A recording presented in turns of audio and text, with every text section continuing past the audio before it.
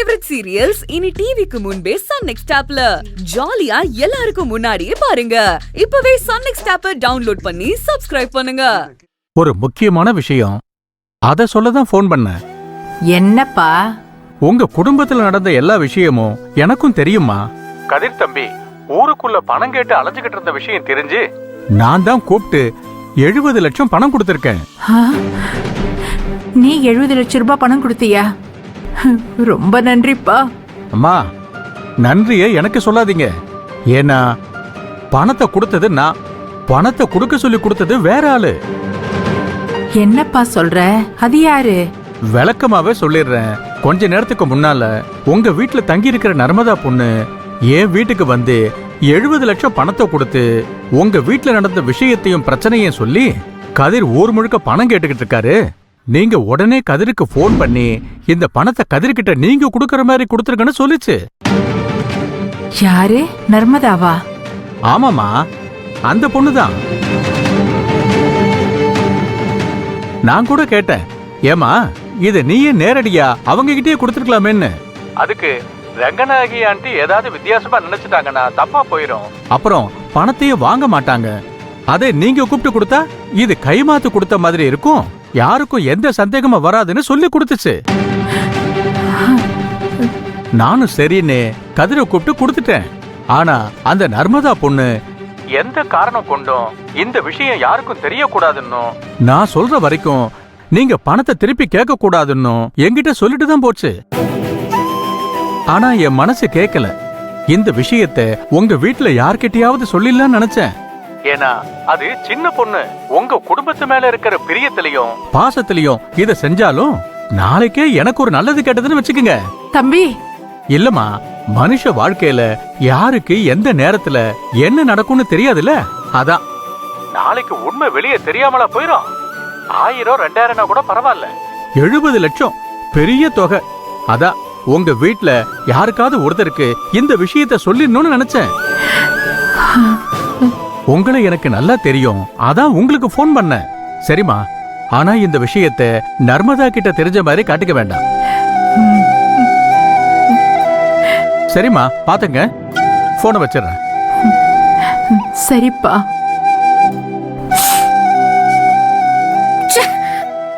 அவரெல்லாம் என்ன மனுஷன்? சொல்ல வேண்டான்னு நான் அவ்வளவு தூரம் சொல்லியும் உங்களுக்கு போன் பண்ணி சொல்லிருக்காரு. அம்மாடி, நல்ல மனுஷனா இருக்க போய் தானே போன் பண்ணி சொல்லிருக்காரு. அதான பெரிய மனுஷனுக்கு அழகும் கூட. நகையெல்லாம் வச்சுதானே நீ ஏதாவது பண்ணிட்டு வந்திருப்ப. ஆமா, இது என் மகனுக்கும் மருமகளுக்கு தெரியாமலையா பண்ணிருப்ப? அம்மாவுக்கு தெரியும். அம்மாவோட நகையும் தான் எடுத்து கொடுத்தாச்சு. என்னடி தங்கம், எதுவுமே சொல்ல மாட்டேங்கிற? சரி, அதை விடுங்க. நீ காதுல மாட்டிருக்கிற தோடுல இருந்து கழுத்துல மாட்டிருக்கிற செயின் வரைக்கும் பணத்துக்காக வச்சியா வித்தியான்னு தெரியல. அதுக்கு பதிலா நீ கவரிங் தானே போட்டுட்டு வந்திருக்க. எனக்கு தான் வித்தியாசம் தெரியுதே. ஓ, இத வச்சு கண்டுபிடிச்சிங்களா? அப்புறம் நம்ம கஷ்டத்துக்கு உதவுறதுக்கு தானே பாட்டி நகையே. இது என் தாத்தா பாட்டி குடும்பம். இங்க ஒரு பிரச்சனைனா நான் பார்த்துட்டு எப்படி சும்மா இருப்பேன்? சரி, இப்ப தாத்தா எப்படி இருக்காரு? என்னத்த சொல்றது, சிங்கம் மாதிரி இருந்த மனுஷன் அப்படியே உடைஞ்சு போயிட்டாரு. அவர் வெளியில பெருசா யார்கிட்டையும் காட்டிக்கலனாலும் அவருக்குள்ள வேதனையும் வலியும் எப்படி இருக்கும்னு எனக்கு மட்டும்தான் தெரியும். அந்த காஞ்சனா இத்தனை வருஷம் கழிச்சு வந்து இப்படி ஒரு பெரிய பிரச்சனையை கொடுத்துட்டாலே. அடுத்து கோவில் நகை வேற கொடுக்கணும். அதை விட 3 நாள்ல அந்த வீட்டையே காலி பண்ணணும். அதெல்லாம் எப்படி சமாளிக்க போறோம்னு தெரியலம்மா. பாட்டி, இது ஏன் குடும்பம். இந்த குடும்பத்துக்கு ஒரு அவமானம்னா நான் பார்த்துட்டு சும்மா இருக்க மாட்டேன். எந்த பிரச்சனைக்கும் நிதானமா யோசிச்சா கண்டிப்பா ஒரு வழி கிடைக்கும். அந்த காஞ்சனாவையும் ஒரு வழி பண்ணிடலாம். சரி, நீங்க முன்னால போங்க, நான் பின்னால வரேன். நம்ம 2 பேரும் ஒன்னா போனா கூட ரங்கநாயகி ஆண்டி சந்தேகப்பட்டு அதுக்கும் ஏதாவது பேசுவாங்க.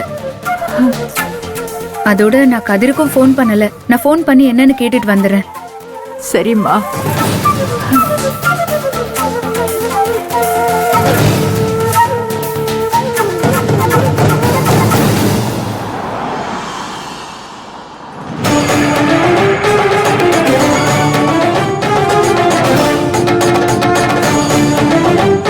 டேய் அண்ணன் ஃபோன் பண்ண சொன்னாரு.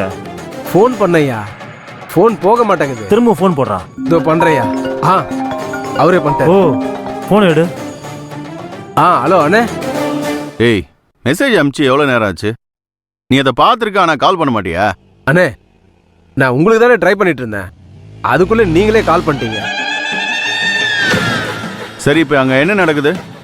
அண்ணே, எல்லாரும் நீங்க பேசின பேச்சை கேட்டு ஒட்டுமொத்த ஊரும் கூட்டமா சேர்ந்துக்கிட்டு சிதம்பரம் வீட்டுக்கு நகையை பத்தி கேட்க போயிட்டு இருக்காங்கண்ணே. சரி, அந்த கூட்டத்தில் நம்ம ஆளுகள் இருக்காங்களே? ஆமாண்ணே, முன்னால ஊர்க்காரங்க ஒன்னா போயிட்டு இருக்காங்க. நாங்க உங்களுக்கு ஃபோன் பண்ணதுனால கொஞ்சம் பின்னால போயிட்டு இருக்கோண்ணே. சரி, இப்போ நான் அந்த சிதம்பரம் வீட்டில் வச்சு ஒரு விஷயத்தை பண்ண சொல்கிறேன், அதை அப்படியே பண்ணியிருக்கேன். கண்டிப்பாண்ணே. இப்போ அந்த சிதம்பரம் வீட்டுக்கு போய் இவனுங்க ஐயா நொய்யான்னு பேசி நகையை பற்றி ரொம்ப பவ்யமாக மரியாதையாக கேட்பானுங்க.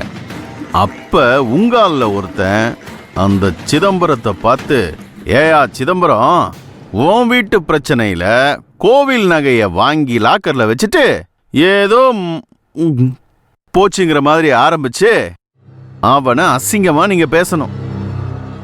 அந்த கிழவன் கோவப்படுறானோ இல்லையோ, அந்த கதிரு கண்டிப்பா கோவப்படுவான்.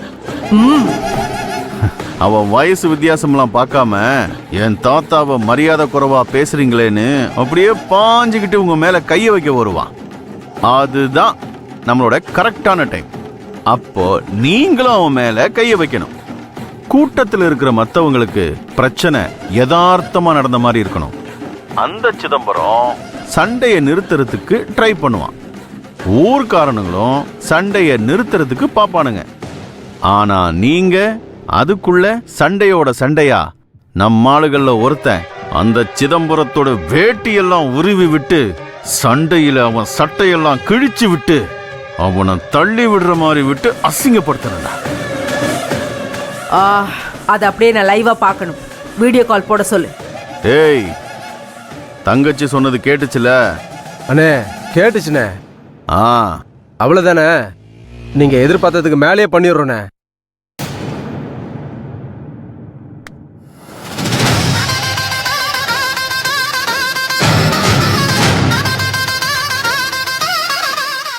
என்னடா அண்ணன் என்ன சொன்னாரா?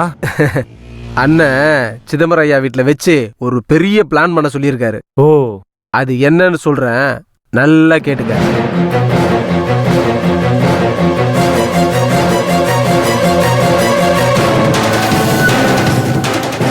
கரெக்டா பண்ணணும். ஓகே, போலாம் வா.